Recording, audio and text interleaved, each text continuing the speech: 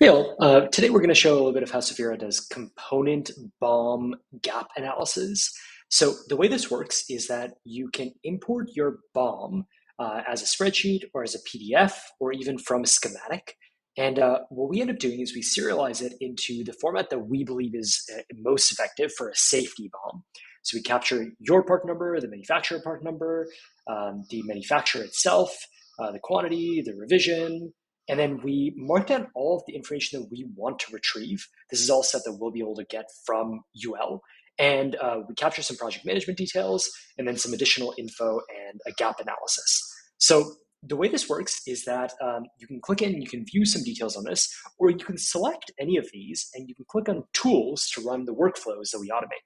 And typically the way most people do this is they upload the BOM, they select everything, and then they run one of these. And typically, they'll do so along the way by also using our system to identify critical components, so things that are on the critical path for a safety system by using the semantic search. But I'll skip over that and just focus on this one for now. And I'll enrich it with DigiKey, which actually does a little bit more on more than just DigiKey.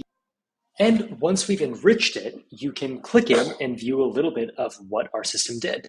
So in this case, the first thing it did is it retrieved the data sheet for this particular item. So it didn't manage to find it using the part number on the DigiKey website, but I found it on Amphenol Sign's direct website using our browser agent.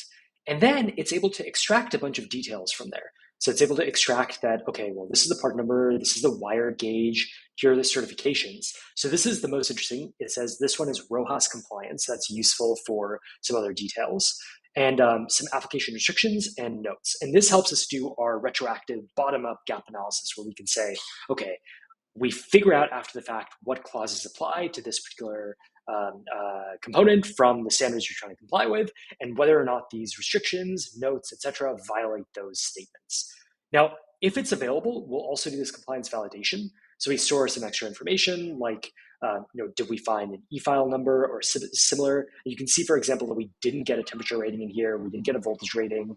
The wire gauge did match the upstream item, but we did not have a UL approval or CSA approval or CE approval, any of that, which means that this would actually be the kind of part you would likely need to swap out or get more manufacturer information on if you want to pursue a UL certification.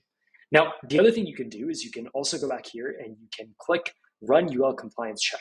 And you can use the AI analysis or the web scraping. And either one of this will then search for whether this part number exists online. So it'll first go through the DigiKey again. And then it'll come back and it'll say, okay, can I find the e-file number as we saw it did before for this one, and then find it on the e-file product.q database.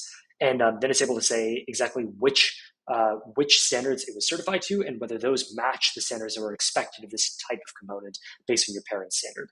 Like, for example, UL 3100 for a robot dictates particular requirements in terms of the wires that you use. So, okay, and nothing showed up for this particular one, but this hopefully gives you a sense of the way Saphira does material enrichment and extraction.